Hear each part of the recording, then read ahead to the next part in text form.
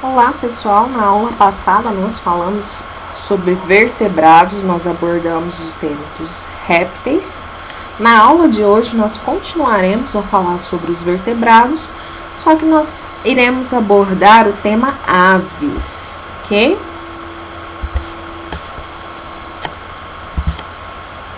Então pessoal, aqui tem um exemplo de uma ave. Os pássaros, eles são aves.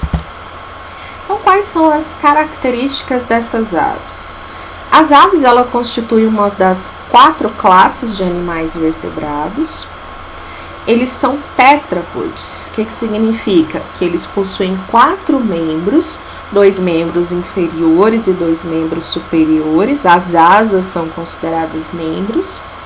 Eles são endotérmicos. O que significa isso? Que eles são capazes de manter a temperatura corporal estável, independente das alterações climáticas. Como assim? Em dias muito frios, eles conseguem manter o corpo quente, então, por volta dos 36, 37 graus. Em dias quentes, eles também conseguem manter a temperatura estável. Então, a temperatura dos endotérmicos, elas não variam de acordo com a temperatura do ambiente.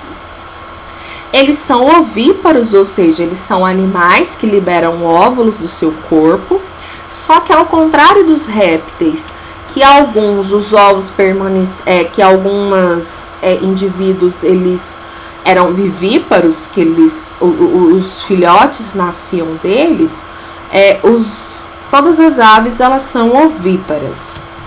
Eles possuem penas, apêndices locomotores modificados em asas, bico córneo e ossos pneumáticos. Esses ossos pneumáticos, eles apresentam uma ou mais cavidades de volume variável, revestidas por mucosas e contendo ar. Essa característica dos ossos pneumáticos, eles permitem que as aves tenham uma densidade menor, então elas vão conseguir voar com mais facilidade. São conhecidas aproximadamente 9.000 espécies de aves em todo o mundo. O Brasil tem uma biodiversidade de aves muito grande, tá, pessoal? As aves, elas conquistaram o ambiente terrestre de modo muito mais eficiente do que os répteis.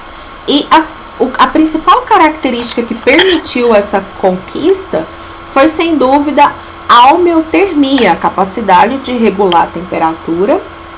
Essa característica, ela permitiu que as aves, juntamente com os mamíferos, eles invadissem qualquer ambiente terrestre, inclusive os permanentemente gelados, que até então não eram ocupados por outros vertebrados. Então, regiões com neve, com gelo, elas têm muita dificuldade de serem colonizadas por outros seres vivos, que são mais sensíveis à temperatura. E as aves e os mamíferos conseguiram colonizar esses ambientes com certo sucesso. As aves, elas variam muito em tamanho, dos minúsculos beija-flores até espécies muito grandes, como as avestruzes e as emas. Mas a gente tem que compreender que nem todos os pássaros são aves. Todos os pássaros são aves, mas nem todas as aves são pássaros. Por exemplo, as avestruzes, elas não conseguem voar. Os pássaros, eles estão incluídos na ordem dos passeriformes, e a ordem é constituída a ordem mais rica, ou seja, que tem mais espécies dentro de um mesmo grupo. A maioria das aves são caracterizadas pelo voo, embora nem todas as aves consigam voar. As aves ratitas, que não apresentam carena no externo e são incapazes de voar, como a ema e o avestruz. Então, essa é a carena, essa estrutura que ela está mostrada de azul, ela vai fixar os músculos que são responsáveis por auxiliar no voo. Então, aquelas espécies que não têm essa carena desenvolvida, elas são anatomicamente incapazes de voar. No caso, por exemplo, das galinhas, essa carena ela existe, mas ela não é muito desenvolvida.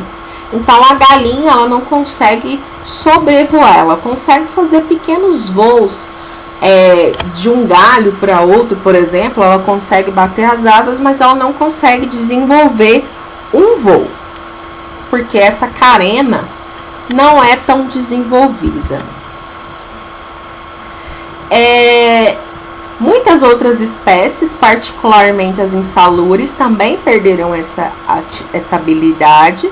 As espécies não voadoras, elas vão incluir os pinguins, os avestruzes, os kiwis e o extinto dodô. Então, são espécies que são incapazes de voar.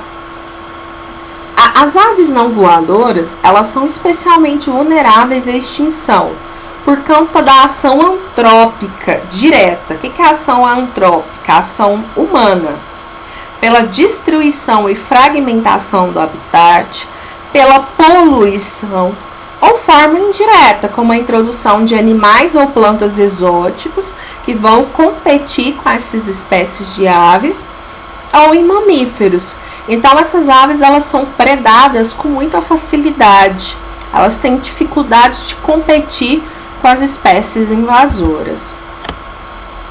Uma característica que favorece a homeotermia das aves é a existência de um coração totalmente dividido em 4 cavidades, 2 átrios e 2 ventrículos. Lembrando anteriormente que os répteis, a maioria deles tinham só 3 cavidades, 2 átrios e 1 ventrículo. Só os crocodilianos que possuíam 4 cavidades. Agora, no caso das aves, todas as aves possuem um coração com 4 cavidades. Isso significa que não ocorre a mistura de sangue. O sangue oxigenado ele não vai se misturar com o sangue venoso. A metade direita do átrio e o ventrículo direito, eles vão trabalhar exclusivamente com sangue pobre em oxigênio, encaminhando eles para os pulmões. A metade esquerda trabalha apenas com sangue rico em oxigênio. O ventrículo esquerdo ele tem uma parede musculosa que bombeia o sangue para a artéria aorta. E essa artéria aorta ela vai se ramificar, levando o sangue oxigenado para todo o organismo. Assim, a todo momento, os tecidos eles recebem sangue ricamente oxigenado, o que vai garantir uma manutenção constante de altas taxas metabólicas. Então, o metabolismo da ave ele é um metabolismo acelerado. Esse fato, associado a mecanismos de regulação térmica, favorece a sobrevivência em qualquer tipo de ambiente. As penas, elas também impedem a perda de calor, então são importantíssimas para a regulação térmica. A circulação é dupla e completa, quer dizer que o sangue ele vai passar 2 vezes pelo coração.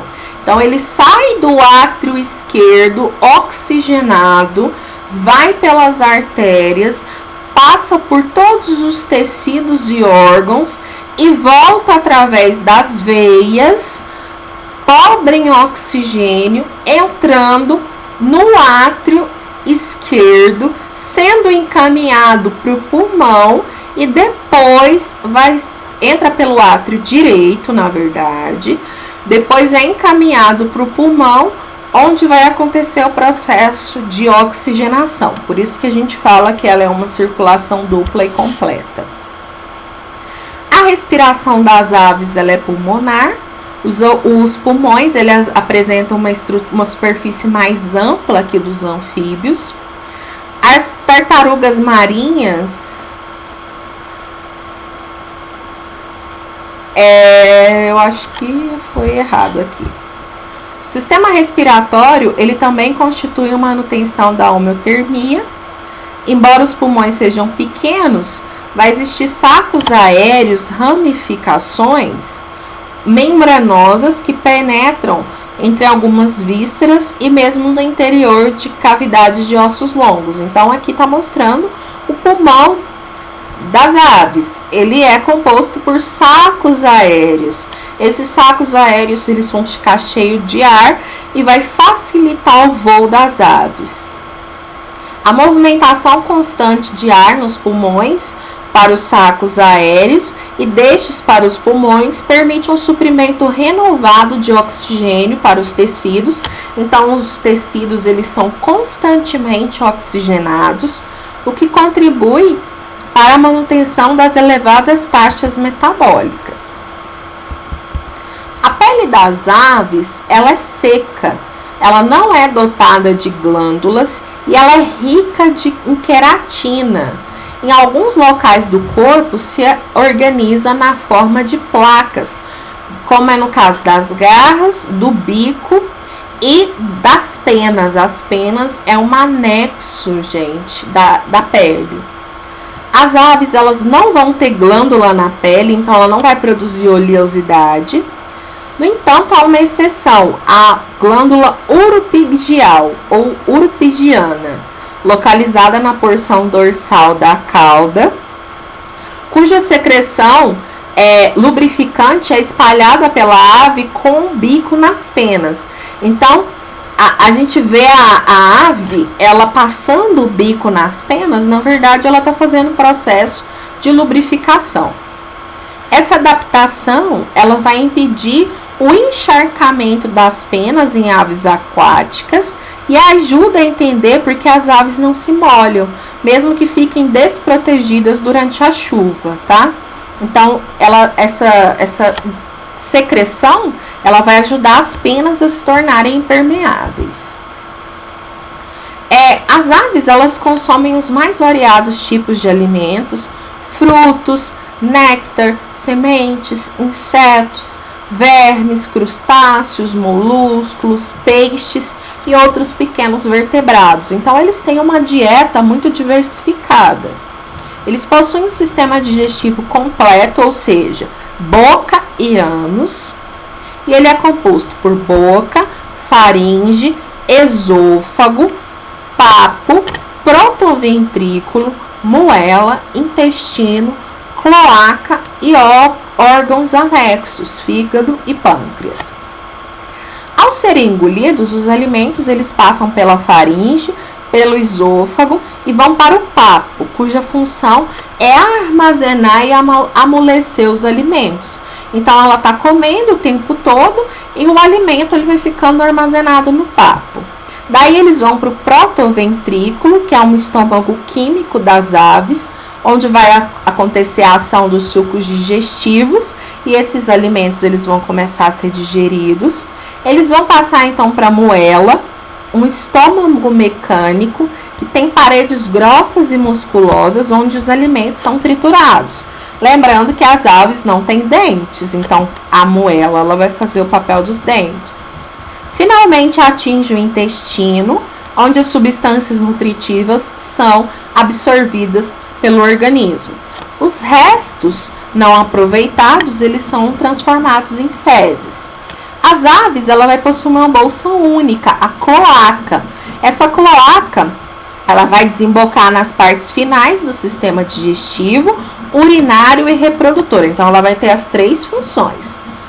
Ela faz parte do sistema digestivo, do urinário e do reprodutor. E ela vai se abrir para o exterior. E ela também vai eliminar os ovos. Por isso que às vezes a gente encontra lá no galinheiro alguns ovos sujos de fezes, porque eles passam pelo mesmo canal da cloaca. Então aqui a gente tem uma representação do sistema digestório: faringe, esôfago, o papo, onde o alimento ele é armazenado, o estômago químico, a moela, e depois a gente vai ter o intestino, que vai terminar na cloaca. As aves, elas diferentes dos parentes répteis, que às vezes dão à luz aos seus filhotes, todas as espécies de aves põem ovos. Apesar dos ovos eles terem uma aparência de frágil, seu formato oval oferece grande resistência e eles podem suportar grandes pressões sem quebrar. A galinha ela fica com o peso todo sobre os ovos quando ela está chocando. Com os ovos são pesados e incômodos de carregar, as fêmeas elas colocam os ovos assim que são fertilizadas, quase sempre em um ninho construído para proteger o ovo contra predadores e mantê-lo aquecido durante o desenvolvimento do embrião. Geralmente, as aves elas botam poucos ovos, elas não botam ovos em grande quantidade, tá? Pássaros, por exemplo, eles botam 2, 3 ovos. As galinhas, como elas não voam, elas botam mais ovos. No caminho evolutivo, as aves adquiriram várias características essenciais que permitiram o voo do animal.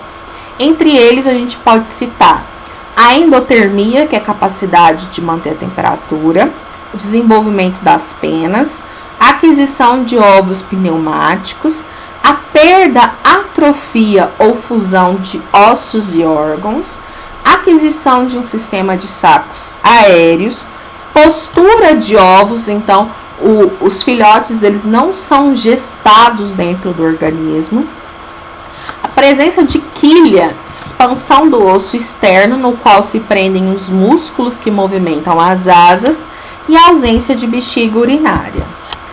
Pessoal, então esse foi o tema da nossa aula. Se vocês tiverem alguma dúvida, podem procurar na plataforma e até a próxima. Bons estudos!